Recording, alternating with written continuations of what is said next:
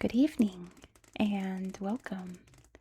Tonight I will be reading to you an article out of History magazine, and it will be all about Charlemagne, the patriarch of Europe. Now I know that it's Charlemagne, but here in the States we pronounce it Charlemagne, so I'm just going to stick with that. But it's a really interesting article because it's not so much about how he managed to conquer a lot of Western Europe, but kind of more about his personal life, which I thought was really interesting. I learned a lot. I'm sure you will too. But I did not choose to read this article. 3 of my channel members picked this one. It was Lucas, M. Rosalie, and Star. Thank you so much for picking this article. If you watching this would like to pick a history magazine article and get your name shouted out in the video, you can click the join button right down there or click the very first link in the description box.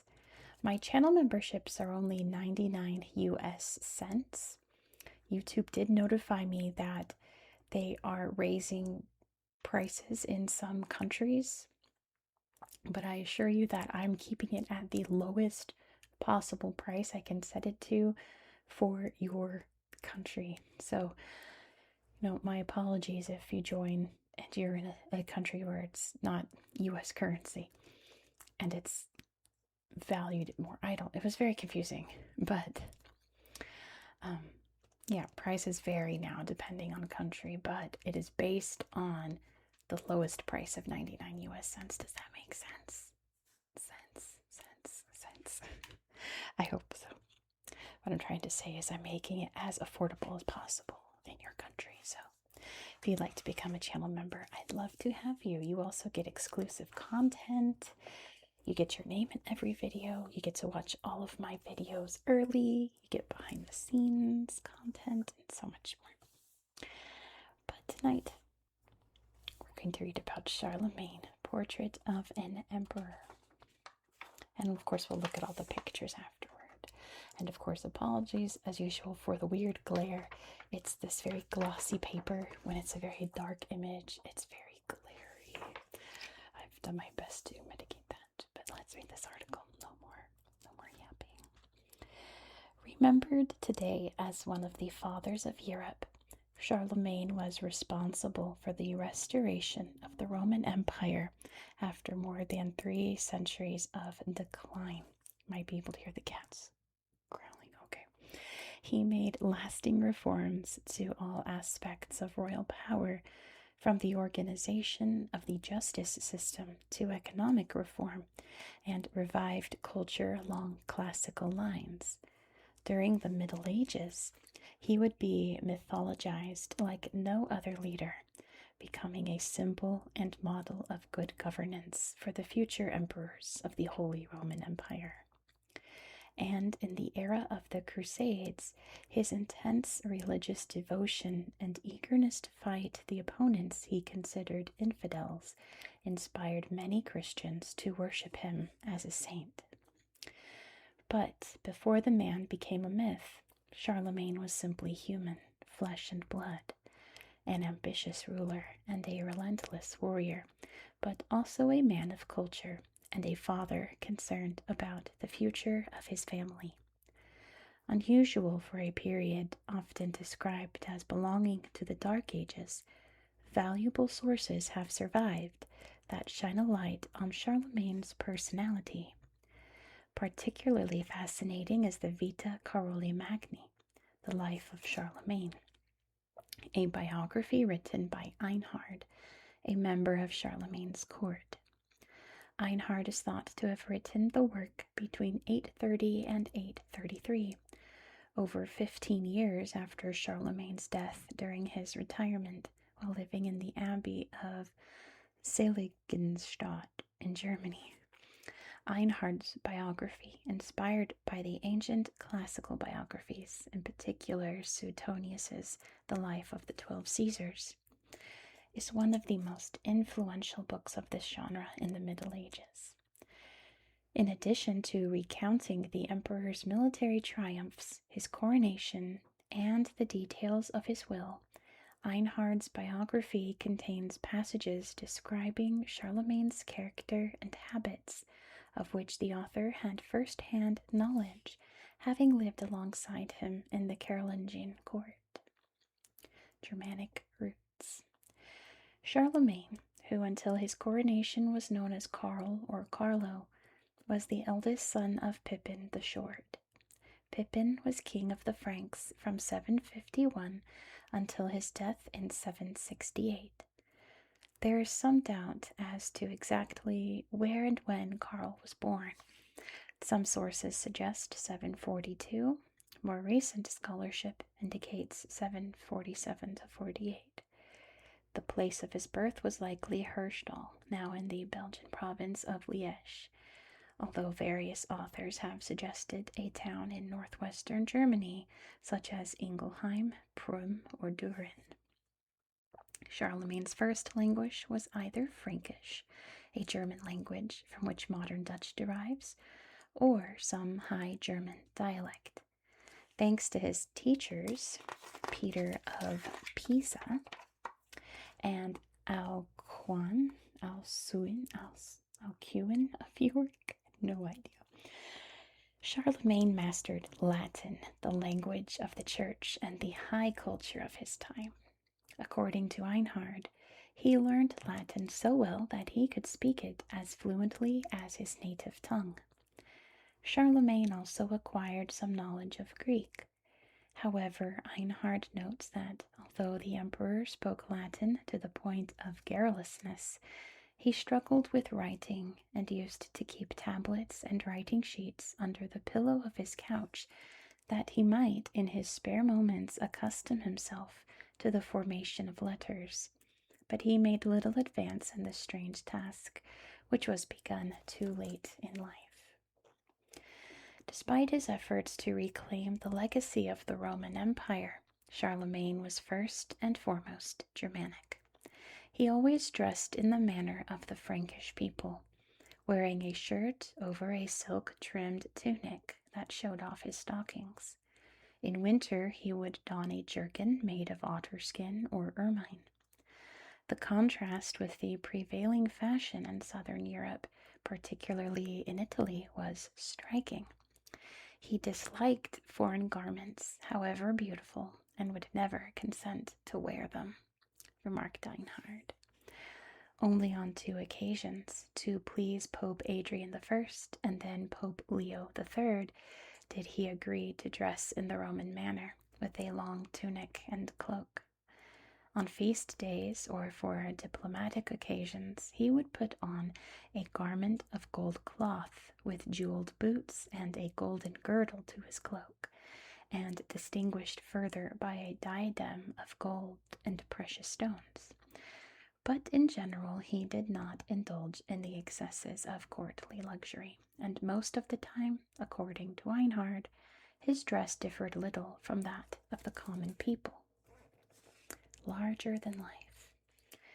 In his biography of Charlemagne, Einhard depicts a robust man of remarkable stature. An analysis of his bones, preserved in the Palatine Chapel in Aachen, carried out by German specialists in 2010, suggests that he was around 6 feet tall, making him taller than 98% of his contemporaries. Einhard pointed out that the monarch's height was 7 times the length of his own feet, in accordance with an artistic canon of beauty ascribed to at the time. Einhard also noted his nose was rather larger than is usual. He had beautiful white hair, and his expression was brisk and cheerful. Instead of the bushy beard attributed to him by tradition, he likely had a thick Frankish-style mustache. Einhard judged his voice to be clear, but hardly so strong as you would have expected. No one seemed to notice his 2 main physical defects, a thick, short neck and some somewhat prominent belly. The latter was probably thanks to the excess of roast meat he consumed, an indulgence that contrasted with his great moderation in drinking, as he had a fierce hatred of drunkenness in any man, and did not drink more than 3 times during a meal. Charlemagne was apparently a light sleeper, getting up 4 or 5 times a night, and in summer taking a daytime nap of 2 or 3 hours. It's like my sleeping schedule.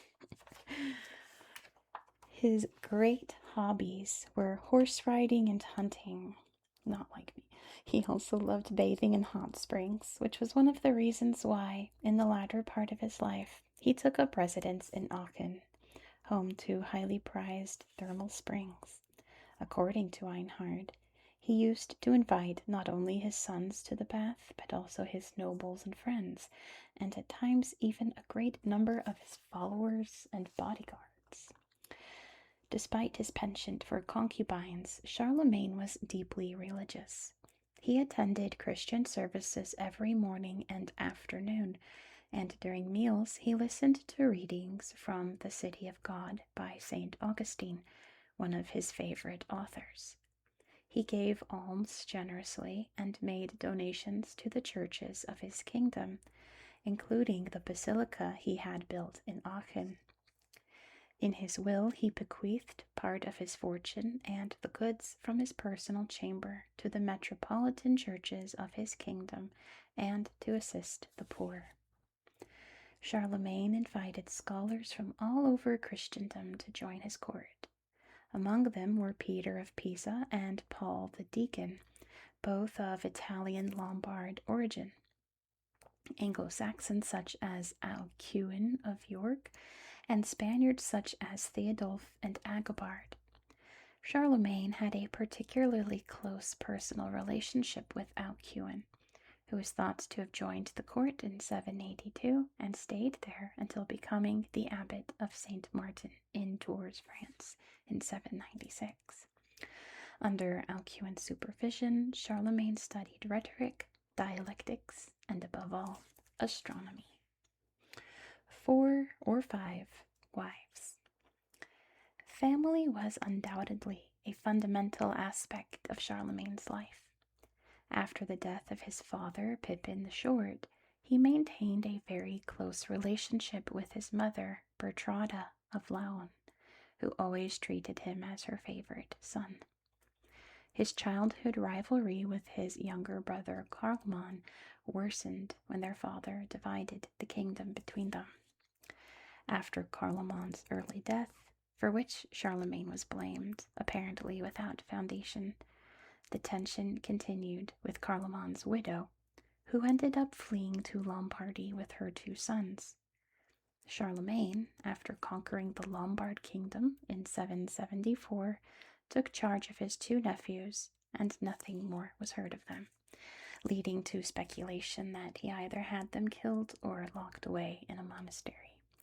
By contrast, Charlemagne always had a close and affectionate relationship with his sister Gisela, who would become abbess of Chelles. Charlemagne's first wife, Himiltrude, produced 1 son, although Charlemagne later claimed Himiltrude was merely a concubine.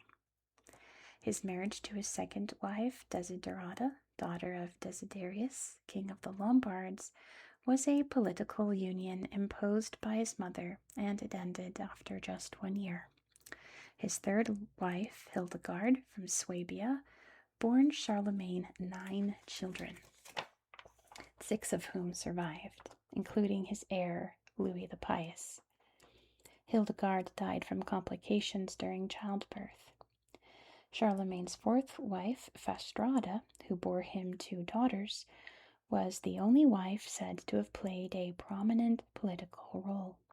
Einhard refers to her cruelty, which allegedly stirred up several conspiracies against Charlemagne, including one plot by the son he'd fathered with Himiltrude.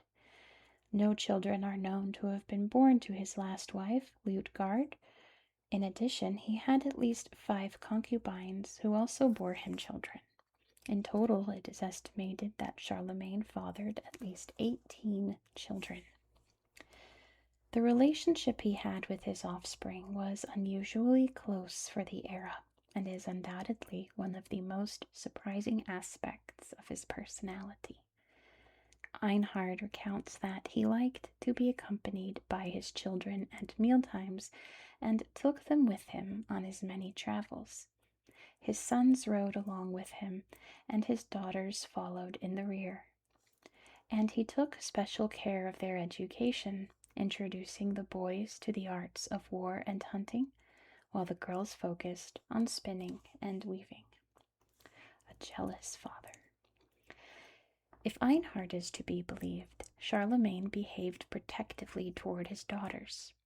They were very beautiful and much beloved by their father, and therefore it is strange that he would give them in marriage to no one, either among his own people or of a foreign state. But until his death he kept them all at home, saying that he could not forego their society. One possibility is that he was trying to prevent sons-in-law from becoming a political threat. In any case, this did not keep at least 2 of his daughters from procreating. Bertha had 3 children with the poet Engelbert, while Rotrud had a son with Rorgon, Count of Maine. Charlemagne seems to have turned a blind eye to his children's out-of-wedlock affairs.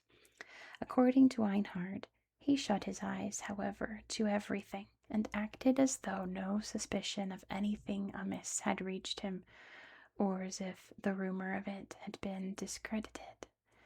Einhard also noted that Charlemagne's deep affection for his children was evident by the way he mourned them. He bore the death of his 2 sons and of his daughter with less patience than might have been expected from his usual stoutness of heart, for his domestic affection, a quality for which he was as remarkable as for courage, forced him to shed tears. On January 28th, oh my gosh, do you see this bug? Where did it go away? Goodness, I'm so sorry. On January 28th, 814, the emperor died at his Palatine seat in Aachen.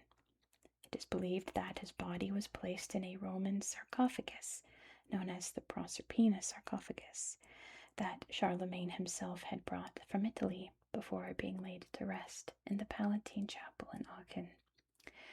In the 12th century, the sarcophagus was moved to the altar of the chapel, and in 1215 it was replaced by a magnificent gold sarcophagus covered with reliefs. This is still on display in the chapel, which now forms part of Aachen Cathedral. See if there's... Oh yeah. Yeah, there's one more picture. Let's look at it then. This gorgeous ceiling here. Splendor overhead. The interior of the Palatine Chapel dome is not, in fact, Carolingian, but a 19th century restoration effort, based on a drawing from 1699 of the original mosaics.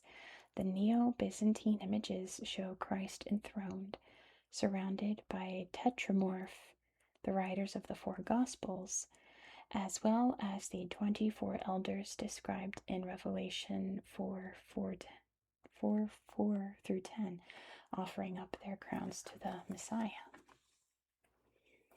I was going to say, this looks very Byzantine. This looks very Moorish right here, but it's all beautiful nonetheless. I love all the little intricacies. And yeah, there's big, what is this, you think? Big, maybe from a big chandelier or something. Big rope right there. Maybe it's connected to a bell. That's a bell tower. But yeah, that's really beautiful. That's what's over Charlemagne currently. Let's see, death of an emperor. Although old age slowed him down, Charlemagne was still going hunting just months before his death. But in January 814, he ran a high fever that forced him to stay in bed, and he died 7 days later. According to Einhard, he was buried in the Palatine Chapel on the same day he died, and a gilded arch was raised above the tomb, with his statue and an inscription. The inscription reads, "Charles, the great and orthodox emperor, who nobly expanded the kingdom of the Franks and reigned prosperously for 47 years. And there's a depiction here of his death in an anonymous 14th century manuscript. Laid in his golden armor there. It says, "A jewel of the Carolingian Renaissance. The King's Hall, or Koningshalle, was part of the now ruined Lorsch Abbey in what is now Lorsch, Germany. A rare example of surviving Carolingian architecture. It is the burial site of Charlemagne's grandson and great-grandson, both Saxon kings named Louis." And yeah, that is so pretty. Very, very Carolingian. With the arches and the geometric designs and these towers too. Very like Dark Ages medieval style. Stars and the months.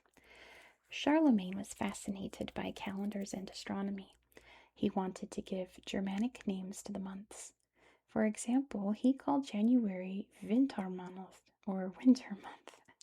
According to Einhard, he, with close application, scrutinized most carefully the course of the stars. Inspired by manuscripts of antiquity, his son Drogo, Bishop of Metz, commissioned a treatise known as the Metz Codex. This 9th century manuscript is preserved in the National Library of Spain.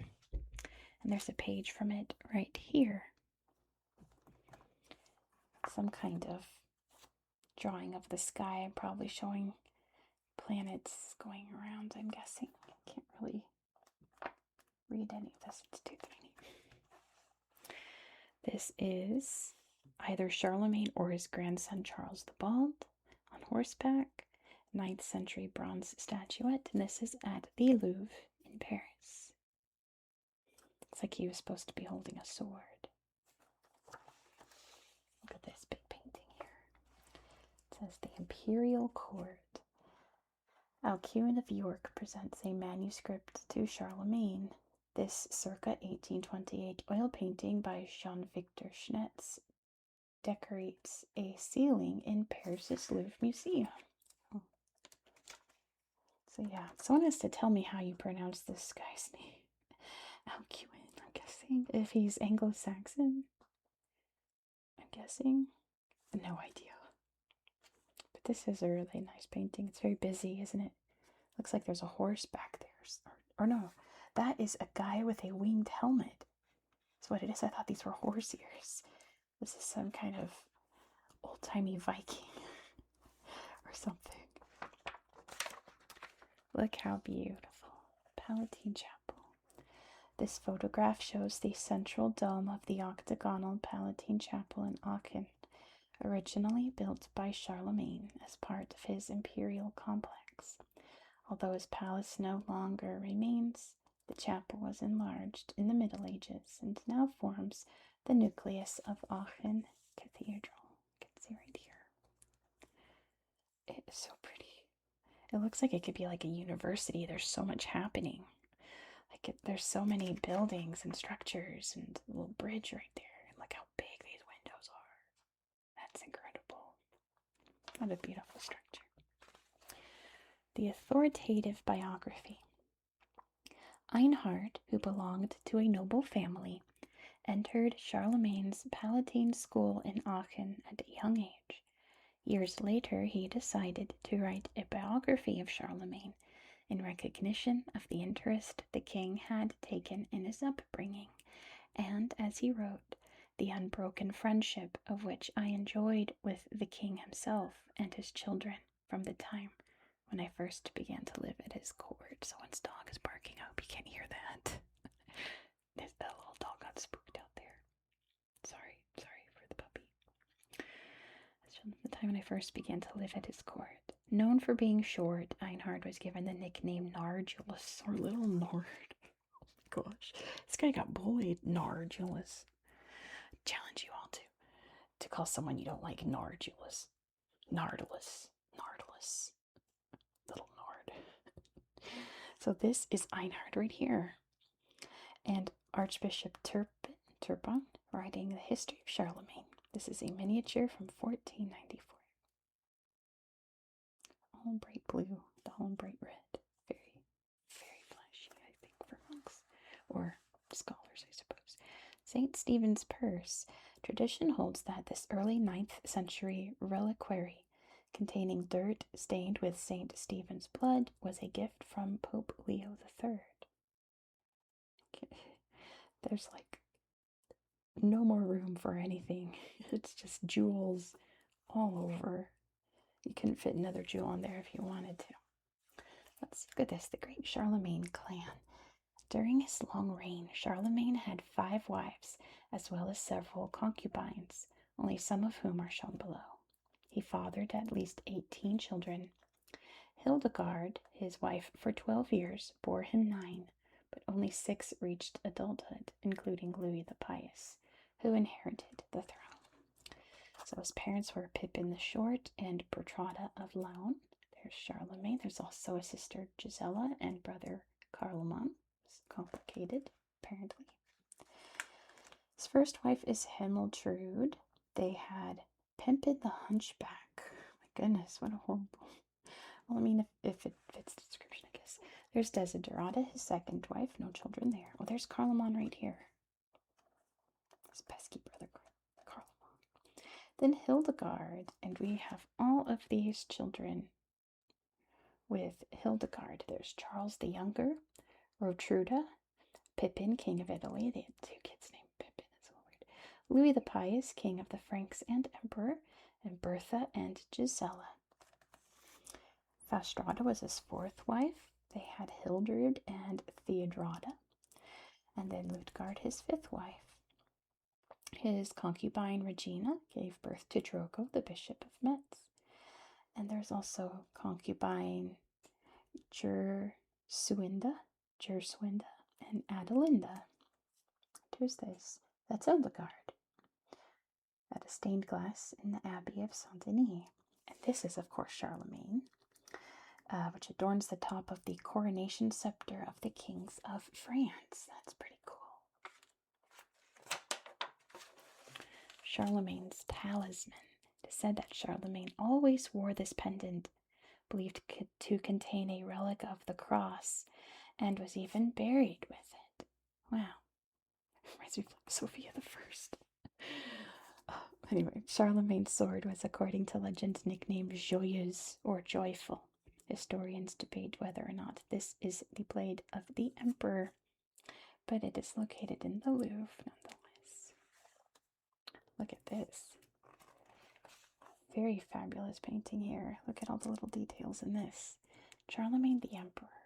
Charlemagne with the insignia of the Holy Roman Empire. I'm guessing the black falcon or eagle you see all over his robes. And the little fleur-de-lis as well. Look at all those rings. My goodness. It's blinging out. Are these... They look like tattoos. Maybe they're gloves. They're jeweled gloves. My gosh. Anyway, this was painted by Albrecht Dürer, circa 1512. This is at the German National Museum in Nuremberg. And then lastly, we have this epic statue here, an 1878 statue of the Emperor, cast by brothers Louis and Charles Rocher in front of Notre Dame Cathedral in Paris. You can see beautiful Notre Dame in the background. So, wasn't that interesting? I definitely learned a lot about Charlemagne from this article. I hope you did too. Thank you so much for watching. If you enjoy this style of content, please consider subscribing. And remember, if you'd like to pick a future history magazine article, you can become a channel member by clicking the join button right down there. I hope you consider it. I hope that you found this video to be relaxing and educational, and I hope that you have a good